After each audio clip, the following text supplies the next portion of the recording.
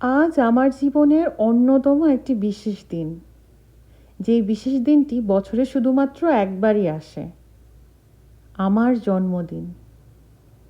তবে এবারের জন্মদিনটা বেশ স্পেশাল। কেননা 20-এর কোঠা পেরিয়ে আমি এবার 30-এর কোঠায় পৌঁছালাম। Hello everyone, welcome back to my channel. আশা করি তোমরা সবাই খুব ভালো আছো। ভিডিওর টাইটেল দেখে বুঝে গেছো যে আমি আমার বার্থডে সেলিব্রেশন করছি। With a heavy heart I am celebrating my dirty 30। So এখন আমি কেক কাটবো। তো চলো তোমাদেরকে দেখাই ক্রিস আমার জন্য কি কেক নিয়ে এসেছে। আমার বার্থডে উপলক্ষে ক্রিস কেক নিয়ে এসেছে। আমি এখন পর্যন্ত জানি না ক্রিস আমার জন্য কি কেক নিয়ে এসেছে, এখন পর্যন্ত আমি দেখিনি। দেখতেই পারছো এটা পুরো সিল করা আছে। এই হলো আমার 30তম জন্মদিনের কেক। আমার প্রিয় তিরামিসু। প্রতিটি জন্মদিনের স্পেশাল মুহূর্ত কেক কাটা। তো এবার আমি আমার 30তম বার্থডের কেক কাটবো। আহ জীবনের 30টা বছর পার হয়েছে। Not anymore 20s. With a heavy heart, I'm welcoming my 30s. So let's cut the cake.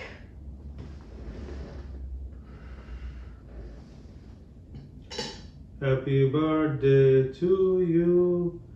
Happy birthday to you. Happy birthday, happy birthday. Happy birthday to you. Thank you. তুমি আগে খাবো না?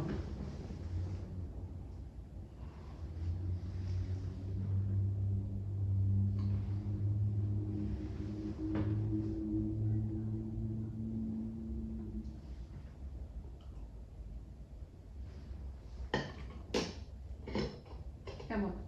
হুম। তো আমার জন্মদিনে এই সুন্দর কেকটা ক্রিস নিয়ে এসেছে আমার জন্য। এটা একটা তিরামিসু কেক, আর তিরামিসু কেক আমার খুবই পছন্দের। জন্মদিনের কেক কেটে বর বউ মিলে চলে এসেছি ডাউনটাউনে।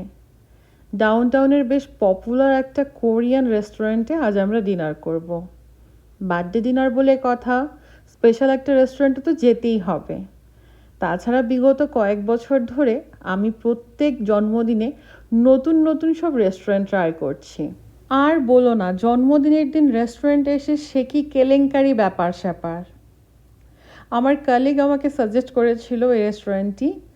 আমাকে বলেছিল খুব ভালো, আর আমি আমার বার্থডেতে নতুন কোনো রেস্টুরেন্ট, নতুন কোনো টাইপের ফুড ট্রাই করতে চাইছিলাম।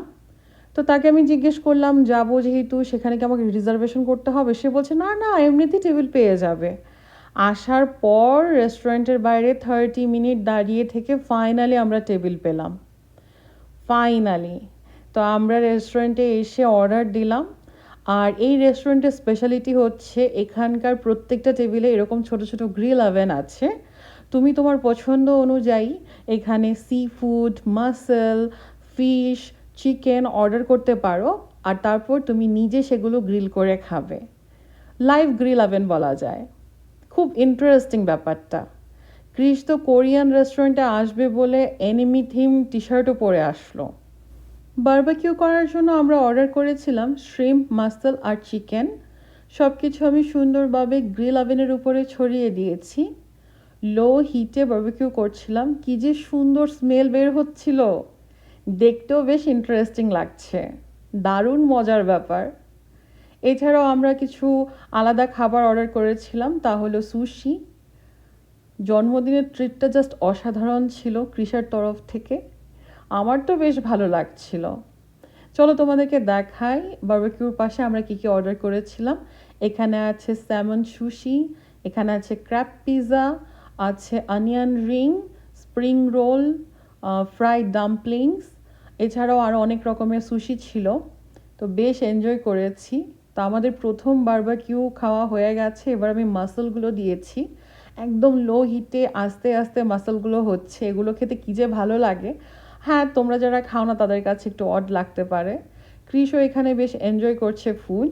কিন্তু ক্রিসের কি ব্যাপার স্যাপার, আজকে আসলো একটা বারবিকিউ করেনি। আমার জন্মদিন আমাকে দিয়ে সব বারবিকিউ করালো। ফাইনালি আবার চিয়ার্সও বলছে। দুষ্টু ছেলে।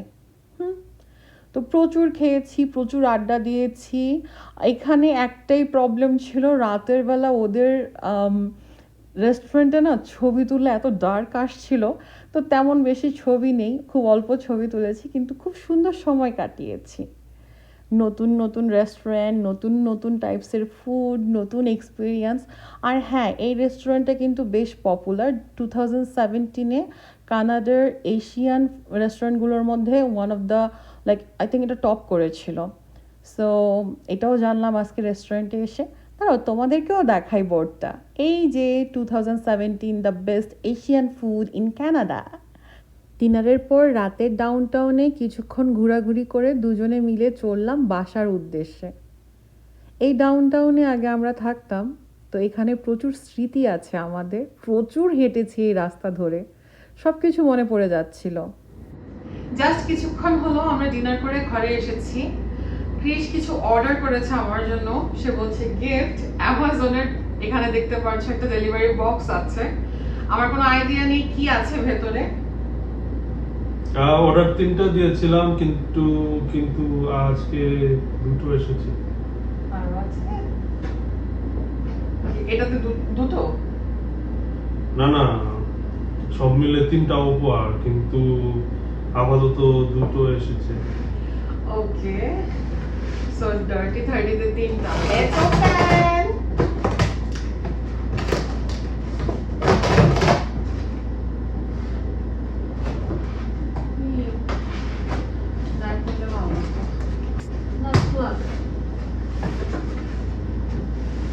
Really?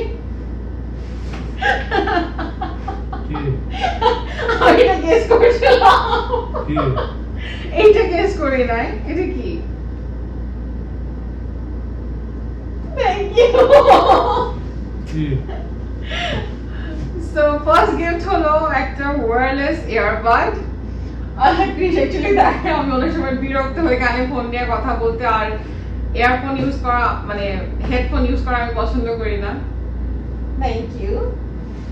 আর নেক্সটটা এত বড়, ক্রিসের হেল্প লাগবে। কি I need your help to take it out. Okay, and the next gift is okay. সাবধানে। Wow. Wow. Oh, it has lavender oil food soak. It's different.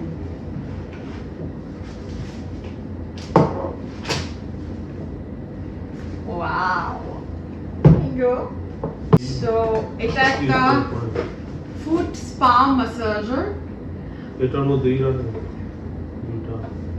Okay, actually আমি কাজ থেকে আসার পর না আমার ভীষণ পা ব্যথা করে, সো রিল্যাক্সেশনের জন্য মনে হয় ক্রিস এটা আমাকে গিফট করেছে, কারণ অনেক সময় আমি বলে আমার ভীষণ পা ব্যথা করছে।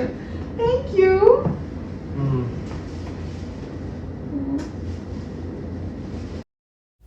ছোট্ট করে তোমাদের দেখিয়ে দেই ক্রিসের দেয়া গিফটগুলো। এই হচ্ছে ফুট স্পা ম্যাসাজার। কাজ থেকে ফিরে পা যখন খুব ব্যথা করে না, তখন বেশ ভালোই হলো, এতে পা চুবিয়ে বসে থাকতে পারবো।